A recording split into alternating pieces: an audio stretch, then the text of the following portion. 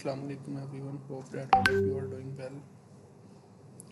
आज हम डिस्कस करेंगे इंटर्नशिप रिपोर्ट के रिलेटेड। फर्स्ट ऑफ ऑल, अगर किसी भी स्टूडेंट को इंटर्नशिप रिपोर्ट की रेडी सोल्यूशन फाइल या इंटर्नशिप लेटर चाहिए हो तो हमारे साथ इस नंबर पे कांटेक्ट कर सकते हैं व्हाट्सएप पे 0315639346।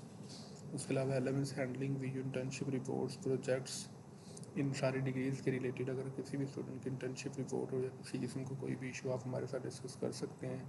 अकाउंटिंग एंड फाइनेंस के रिलेटेड, बैंकिंग के रिलेटेड, कॉमर्स, इकोनॉमिक्स के रिलेटेड, एजुकेशन के related, finance, HRM internship report, mess communication, MGT management के रिलेटेड और सप्लाई चेन मैनेजमेंट, मार्केटिंग के रिलेटेड, पब्लिक एडमिनिस्ट्रेशन, साइकोलॉजी, उसके बाद सोशियोलॉजी और अगेन साइकोलॉजी।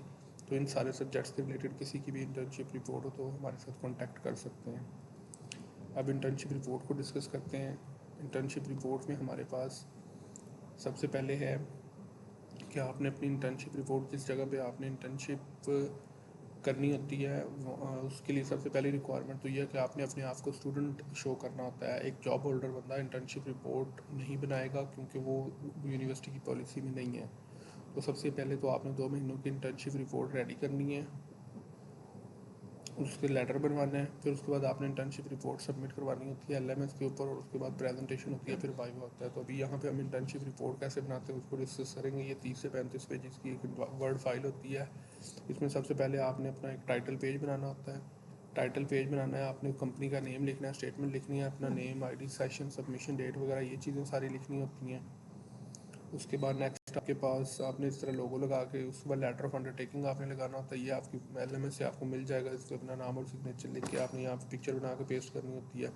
नेक्स्ट आपने अपना इस तरह से वो इंटर्नशिप लेटर जो आपने बनवाया होता है उसकी पिक्चर आपने लगानी होती है। नेक्स्ट आप ये अपने जो वर्किंग है इसको डेडिकेट करते हैं। उसके बाद एक्नॉलेजमेंट आपने लिखनी होती है। एग्जेक्टिव समरी आपने अपनी पूरी रिपोर्ट की यहाँ पे राइट अप करनी होती है। उसके बाद नेक्स्ट आपने टेबल ऑफ कंटेंट बनाना होता है। उसके बाद ओवरव्यू आपने ऑर्गेनाइजेशन का ओवरव्यू यहाँ पे देना होता है कि आपकी ऑर्गेनाइजेशन जहाँ पे आपने इंटर्नशिप की है वो क्या काम करती है।